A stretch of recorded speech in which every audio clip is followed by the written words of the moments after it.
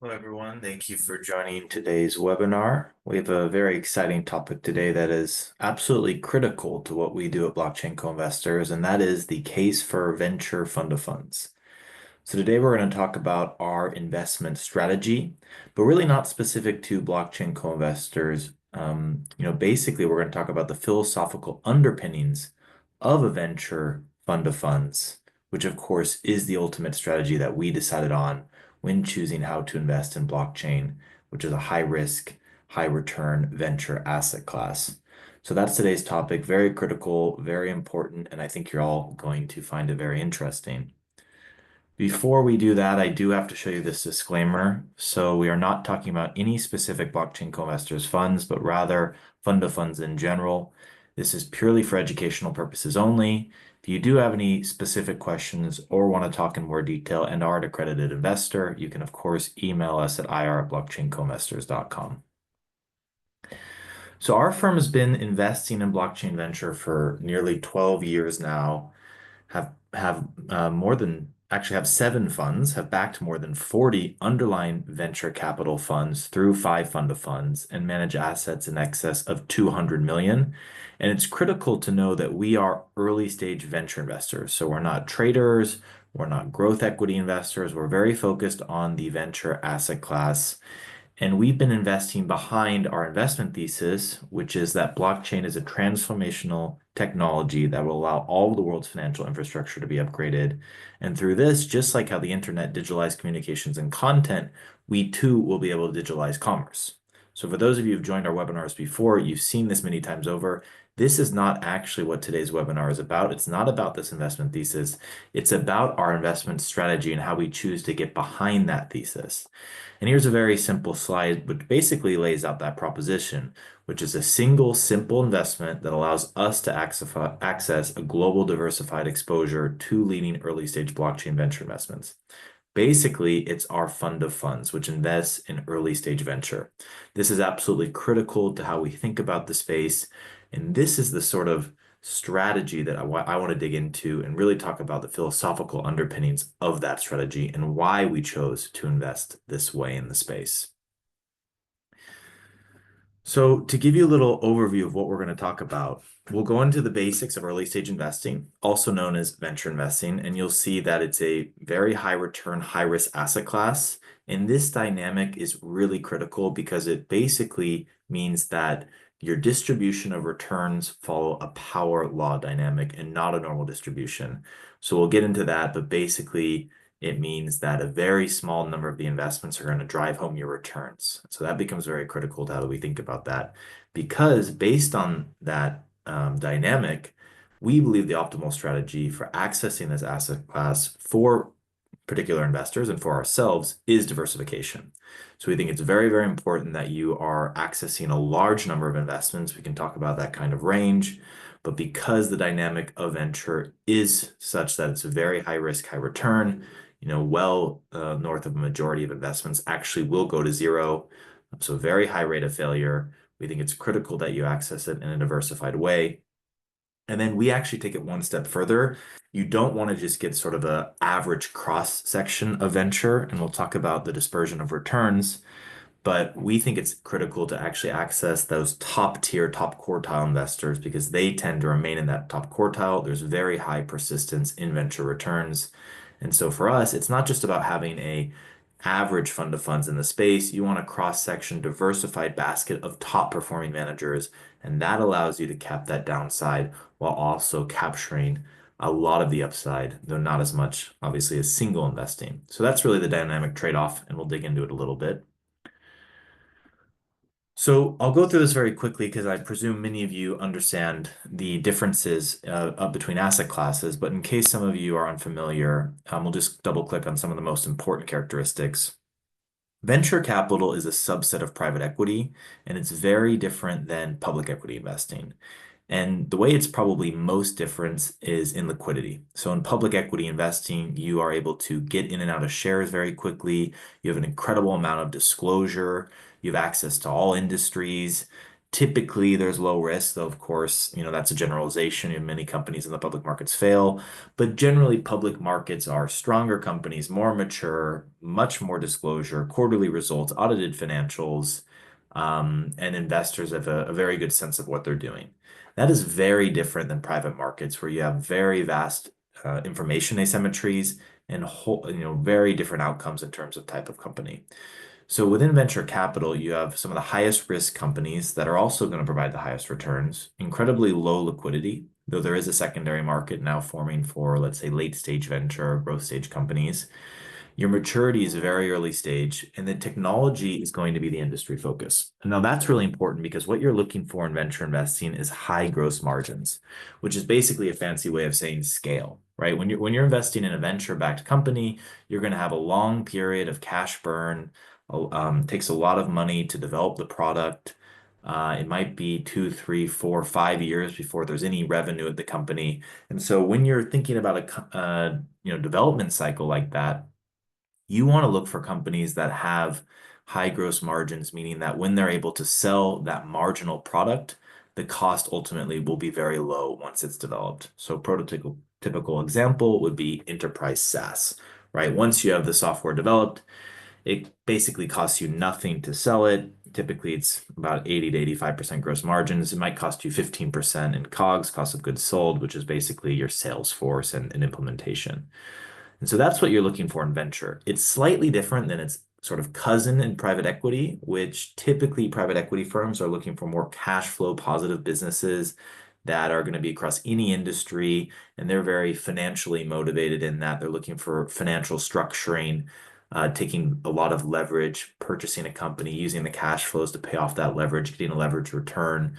So the dynamics are actually quite different. When you're investing in private equity companies, you have a very low rate of failure, right? So if you are a partner or, really anyone on the team of a big private equity firm and you have an investment go to zero, you're probably, won't be working there too much longer. Very low rate of failure. You want a very sort of disciplined, investing to make sure that you have that strong cash flow.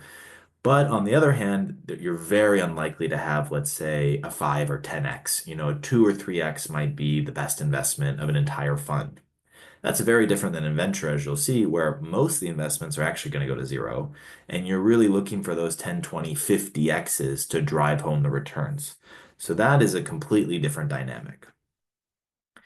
And why do we care about this? Well, the returns have been persistently very good, right? So if you look at annualized returns since 1995, which you could argue is sort of the start of the institutionalization of the venture market, you have a pretty healthy outperformance of the S&P 500 that has weathered, you could say 3 different crises.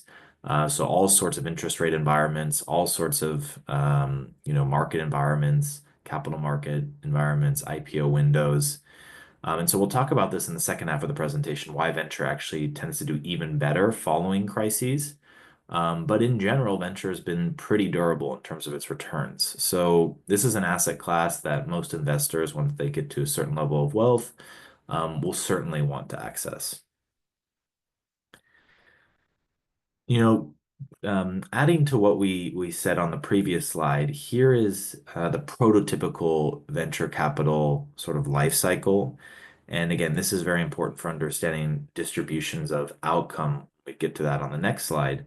But you can see that most companies, and this is absolutely true, from the time they, basically set up until 1, 2, 3, 4 years, they're really burning cash, right? So you're actually spending money on engineers, on research and development. You might not even have your product out or any revenue coming in. So you're really burning cash. And that's when they go to venture capitalists to get that seed capital, get that Series A pre-seed capital to really fund that investment.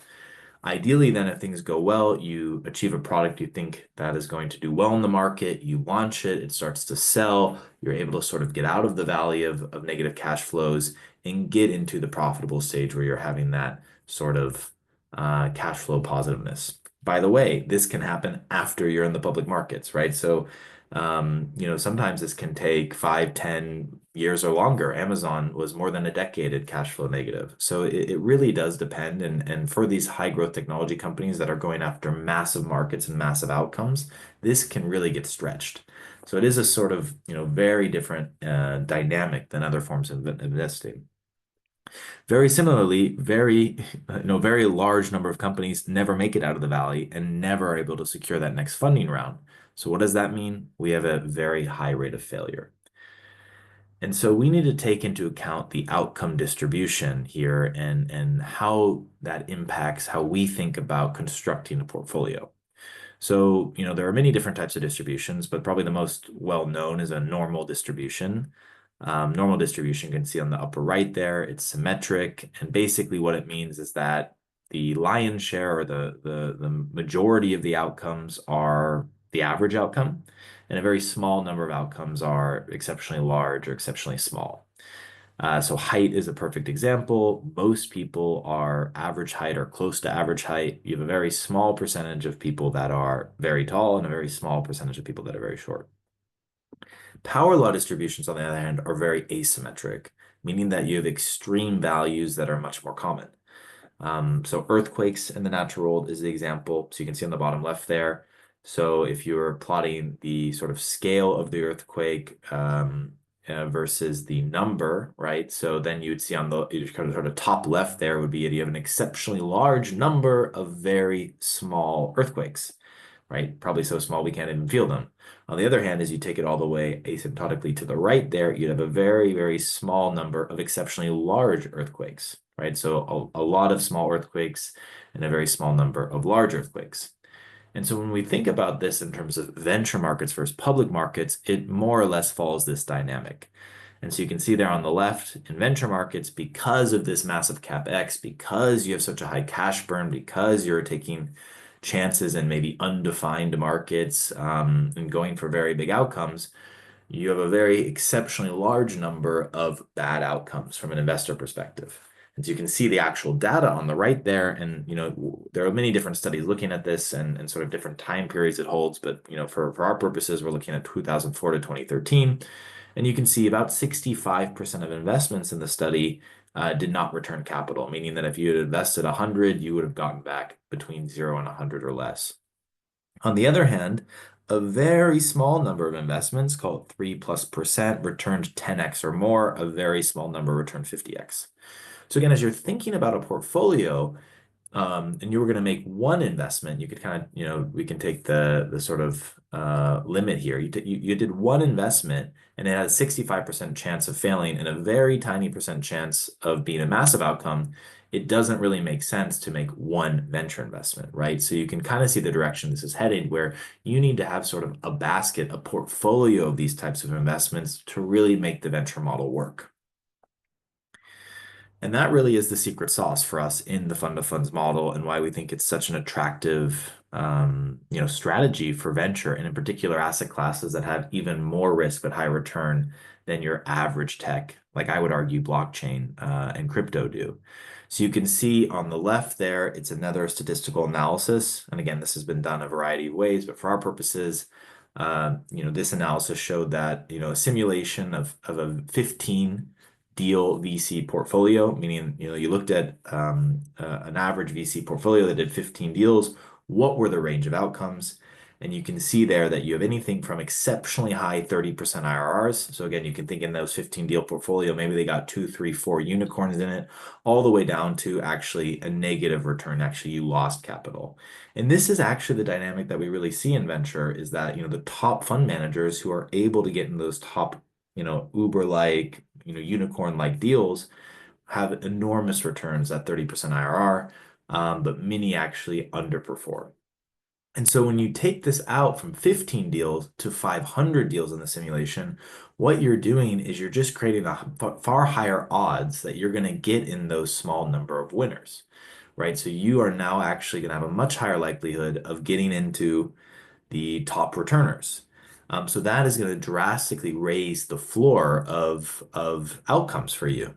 At the same time, it's also going to cap your upside, right? So it's much better to be in a 15 deal portfolio that has 3 or 4 winners than, you know, a 200 deal portfolio that has 10, right? Because the diversification will also cap the upside. But overall, we think it has a higher predicted IRR and for, you know, and basically allows you to enter the asset class in a much more risk-adjusted way.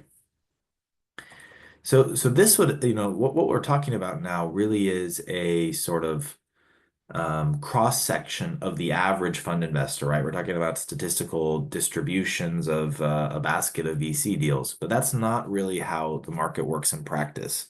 So it's almost more important, you know, where you take it from here. Once you have in the mind fund to fund, it's not just about sort of getting the average fund manager. We think it's even more important, really, to get into those top quartile funds.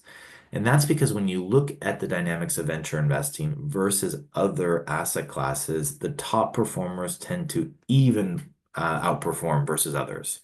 So you can see on the chart on the right there between buyout and growth that the top 25% fund managers, obviously they're returning better than the median and the bottom 25%. But if you look at it compared to venture capital, you have an even higher outperformance than you know, its peers basically.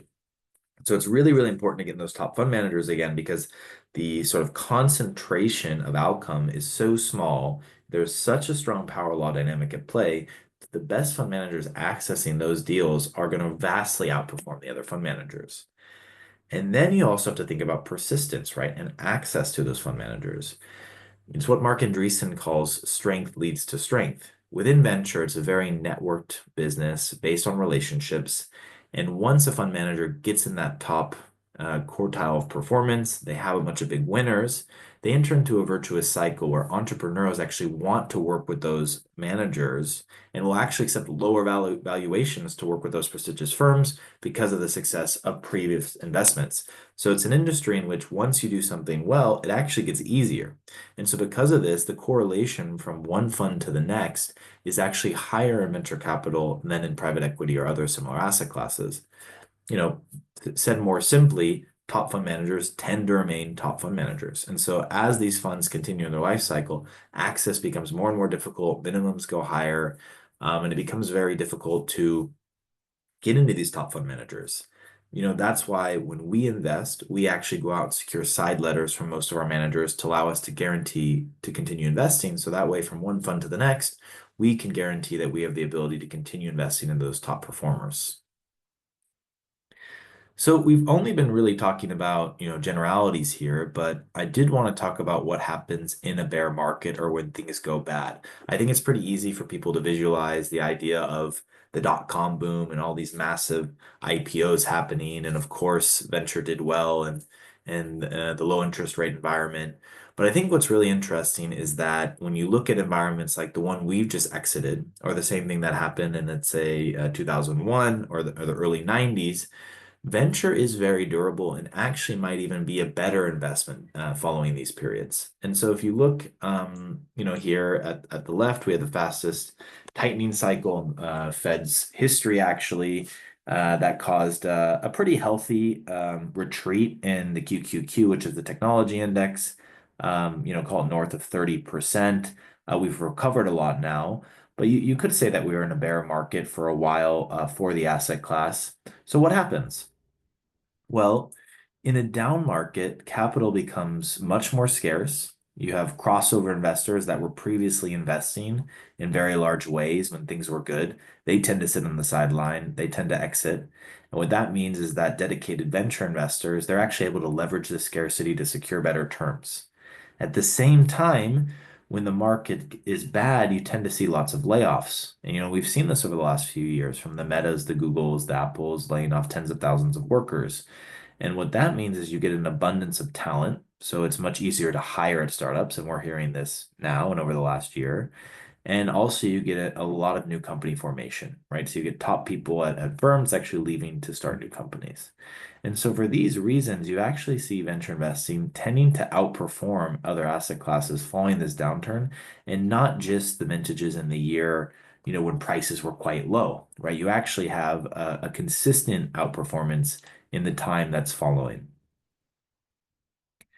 And so the data that I've pulled here is following the '08 crisis, but if you looked after 2001, it's quite similar. And basically what this shows is that For the vintage funds for 2008 to 2017. Again, so it's nearly 10 years of vintages. So it's not just the 2008 vintage when you quote unquote got lucky and invested into, historically down time. Venture capital, and they lump here together growth within private equity. The median net IRR is far higher than any other asset class and outperforms drastically its sort of public benchmark. When you dig into the different stages within private equity, again, you see that early stage tends to outperform. So you can see that the median IRR is higher than the late stage and the generalist, and actually the top performers of the early stage are much higher. And again, I think this makes sense sort of philosophically in that you have a lot more company formation, you have a reset in prices, and venture capitalists are able to sort of buy low, sell high. So to recap what we've gone over, early stage investing, again, is very high risk, high return. What that means is that most of your investments are going to fail, and a very small number are going to generate the lion's share of the returns. This is what's called a power law distribution. And it's very important when accessing this asset class that you understand the dynamics of this power law distribution, meaning that if you're not going to get those very large returns, it's going to be very difficult. So for most people, I wouldn't say this for everyone, it's very difficult to sort of pick the winners. If you're going to have even a basket of 10 or 15, that becomes very, very difficult. And that's why when we looked at this asset class, we thought the optimal strategy was diversification. And even more than just sort of an average cross section of the industry, we wanted to be in those top fund managers because they're getting the lion's share of the returns and they tend to persist as those top performers. And so that brings us back to where we were. This is why we set up the fund the way it is, at least for our main strategy. We're very happy with it. And we think blockchain as an industry, again, we were just talking about venture capital in general here, but blockchain as an industry perhaps has characteristics of even higher risk, higher return dynamics, which makes this all the more relevant. So thank you for joining today's webinar. Hope you found that interesting. It was very high level rationale for the philosophical underpinnings of the fund of fund strategy within venture. If you're interested in double clicking or discussing these in more detail, and we think about this in quite a detailed way when we're actually thinking about our funds, we're always happy to chat. So thank you so much for joining and have a nice day.